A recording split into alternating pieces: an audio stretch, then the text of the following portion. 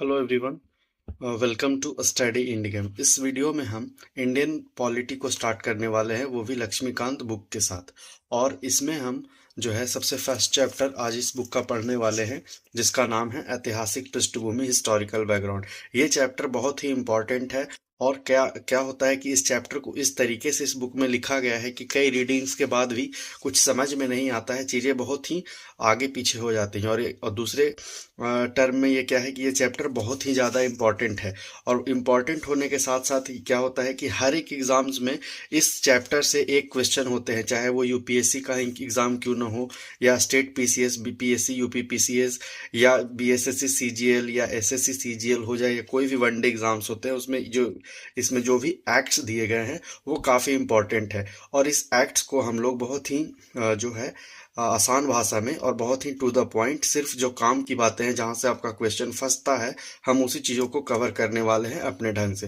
तो चलिए इस वीडियो को स्टार्ट करते हैं। तो हम बुक का जो भी जो क्रिस्प नोट्स है उसके सहारे हम इस चैप्टर को बहुत ही कम टाइम में पढ़ने वाले हैं, जिससे कि एक वीडियो, ये मात्र 15 से 20 मिनट का जो वीडियो है, ये आपके लिए इनफ होगा इस चैप्टर को समझने के लिए। अगर आप ये वीडियो देख करके फिर इस बुक को रीड करते हैं, इस चैप्टर को, तो आप देखिएगा खुद ब खुद कि आपको सारी चीज़ें बहुत ही क्रिस्प एंड क्लियर हो जाएंगी।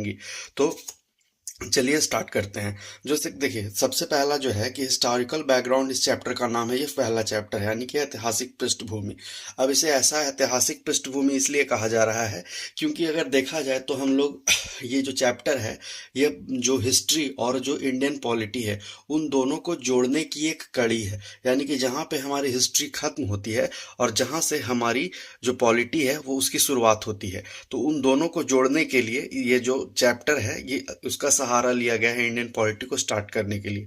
अगर हम देखें तो इस चैप्टर में हमको बस ये पढ़ना है कि जो ईस्ट इंडिया कंपनी है, हम लोगों पे किस तरीके से राज करती है, कौन कौन से जो कानून बनाती है हम लोग को गवर्न करने के लिए, हमारी जो सरकारें हैं उनको हटा करके अपने आप को स्थापित करने के लिए वो जिन भी नियम कानूनों को लाती है, उनमें क्या बदलाव होते हैं, उनकी क्या खूबियां हैं, क्या खामियां हैं, उसी को इस चैप्टर में बताया गया है। तो हम उसी के बारे में पढ़ते हैं। जो लॉ बनाए गए, जो भी कानून बनाए गए, उसको हम लोग दो भागों में पढ़ते हैं। जैसे सबसे पहला है कंपनी का शासन, यानी कि 1773 से 1858 तक, यानी कि 1773 से लेकर के 1858 तक जो कानून बने, उन्हें कंपनी का शासन कहता है कहा जाता है।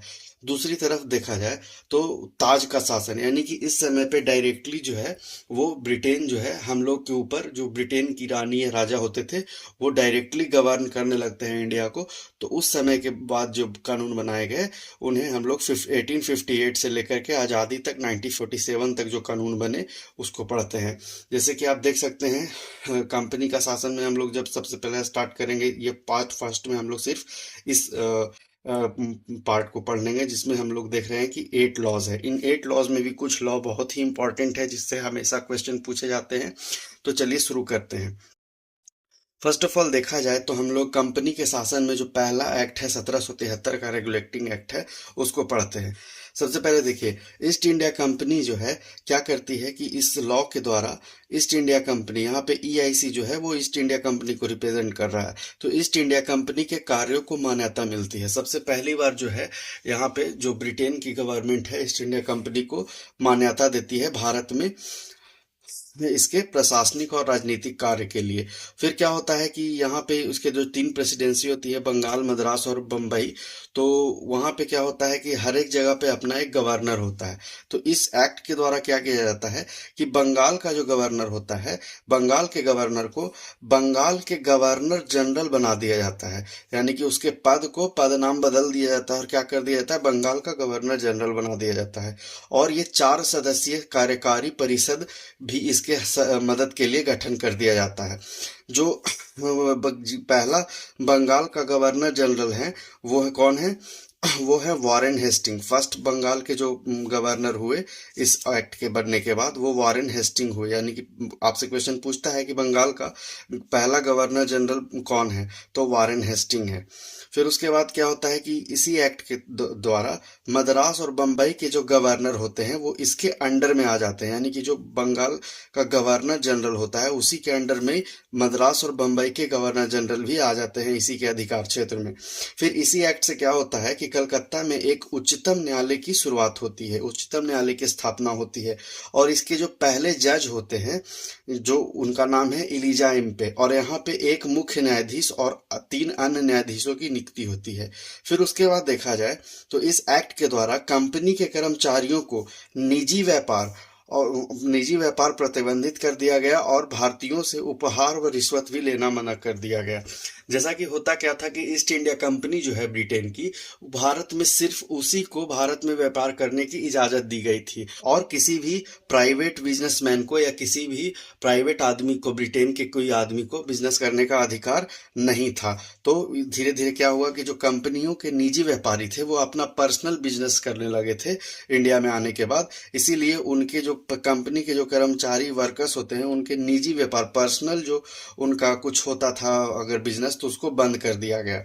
फिर देखिए, राजस्व और नागरिक सैन्य मामलों की जानकारी ब्रिटिश सरकार को देना आवश्यक हो गया। देखिए, कंपनी के शासन के अंतर्गत जो है दूसरा एक्ट है वो है 1781 का अधिनियम। तो इस अधिनियम के द्वारा क्या किया जाता है, तो 1773 की खामियों को सुधारने के लिए यह अधिनियम बनाया जाता है।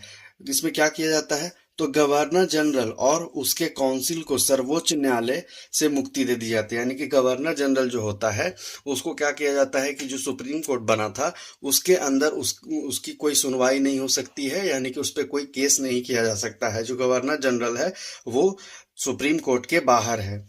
फिर क्या है, राजस्व संबंधी मामले, यानी कि जो टैक्स से रिलेटेड मामले होते थे वो भी सर्वोच्च न्यायालय से बाहर कर दिया गया।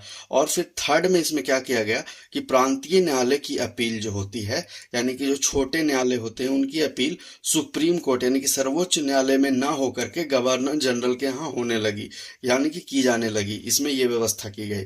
फिर इसी एक्ट के थर्ड जो कंपनी का शासन है उसके अंतर्गत जो तीसरा लॉ बना उसे हम लोग कहते हैं 1784 का पिट्स इंडिया एक्ट। तो इसमें क्या किया गया, कंपनी के राजनीतिक और व्यापारिक कार्यों को पृथक कर दिया गया। यानी कि जो कंपनी थी वो अपना व्यापार के साथ साथ जो वाणिज्यिक कार्य करती थी उन दोनों को अलग कर दिया गया। और अलग करते वक्त यहाँ पे जो होता है, देखिए, निदेशक मंडल, कोर्ट ऑफ डायरेक्टर्स जो होता है उसे को बना करके क्या किया कि उसको सिर्फ व्यापारिक मामलों को देखने के लिए कर दिया गया। और एक और नया बोर्ड बना दिया गया जिसे कहते हैं का बोर्ड ऑफ कंट्रोल। इसके अंदर जो भी राजनीतिक कार्य होते थे उसको करने का जो जिम्मा दिया वो बोर्ड ऑफ कंट्रोल्स को बना दिया। निदेशक मंडल क्या होता है, कोर्ट ऑफ डायरेक्टर्स हर एक कंपनी का होता है। ये बॉडी पहले से थी, लेकिन इसी बॉडी में जो इसका जो राजनीतिक कार्य भी कर रही थी उसको अब हटा करके इसके लिए एक नया बोर्ड ऑफ कंट्रोल बना दिया जाता है। और यहीं से इसी एक्ट के द्वारा कंपनी में द्वैत शासन का आरंभ होता है। अब चलिए फोर्थ नंबर पे जो मोस्ट इम्पॉर्टेंट हमारा एक्ट है उसे देखते हैं। तो जो यहाँ पे 1786 का एक्ट है ये बहुत ही ज़्यादा इम्पॉर्टेंट तो नहीं है, लेकिन ये एक तरीके से पूछा जा सकता है आपसे कि जो 1786 का है एक्ट, उसमें क्या हुआ था कि लॉर्ड कॉर्नवालिस जो है बंगाल का गवर्नर जनरल बनता है। लेकिन इसके पास क्या थी कि ये 2 शर्तों के आधार पे ही यहाँ पे जो है गवर्नर जनरल बनता है। तो इसकी क्या थी 2 शर्तें, तो पहला शर्त था विशेष मामलों में काउंसिल के निर्णयों को ना मानने का अधिकार। यानी कि इसका कहना था कि अगर कुछ ऐसा कंडीशन आता है तो मैं जो काउंसिल है उसके कोई डिसीजन को ओवरपास कर पाऊं, मुझे ऐसी शक्ति दी जाए। फिर दूसरे नंबर पे इसका शर्त था कि कमांडर इन चीफ का पद भी इसके साथ मिले। यानी कि गवर्नर जनरल के साथ ये अपने पास कमांडर इन चीफ का पद भी रखना चाहता था। तो ये क्या हुआ लास्ट में कि ब्रिटेन की सरकार की तरफ से ये दोनों शर्तें उसकी मान ली गई और इसको क्या हुआ कि बंगाल का गवर्नर जनरल बना दिया गया। अब फोर्थ नंबर पे जो हमारे पास जो एक्ट है वो है 1793 का चार्टर कानून का। अब इसमें क्या किया गया, जो कॉर्नवालिस को दी गई थी शक्तियां, यानी कि विशेष मामलों में ना मानने का अधिकार काउंसिल का और कमांडर इन चीफ का पद, तो सभी गवर्नरों के लिए, भविष्य के सभी गवर्नरों को प्राप्त हो गई ये शक्ति। फिर जो इम्पोर्टेंट पॉइंट इसमें क्या है कि व्यापार के अधिकार को 20 वर्षों तक बढ़ाया गया। यानी कि जो ईस्ट इंडिया कंपनी होती थी वो अपना जो टाइम शेड्यूल होता था उसका, यानी कि इतने ही टाइम तक आपको व्यापार करने का अधिकार मिलता था, तो उसको कुछ सालों के बाद फिर से बढ़ाया जाता था ब्रिटेन के राजा की तरफ से। तो इसमें क्या किया गया था, 20 वर्षों के लिए और बढ़ाया गया था। फिर इसमें क्या किया गया था कि बोर्ड ऑफ कंट्रोल जो नया बॉडी बना था यहाँ पे, तो बोर्ड ऑफ कंट्रोल के जो वर्कर्स यानी कि जो सदस्य थे उनको जो वेतन दिया जाना होता था, भुगतान किया जाना होता था, उसे भारतीय राजस्व से उनका वेतन देने की शुरुआत की गई इसमें।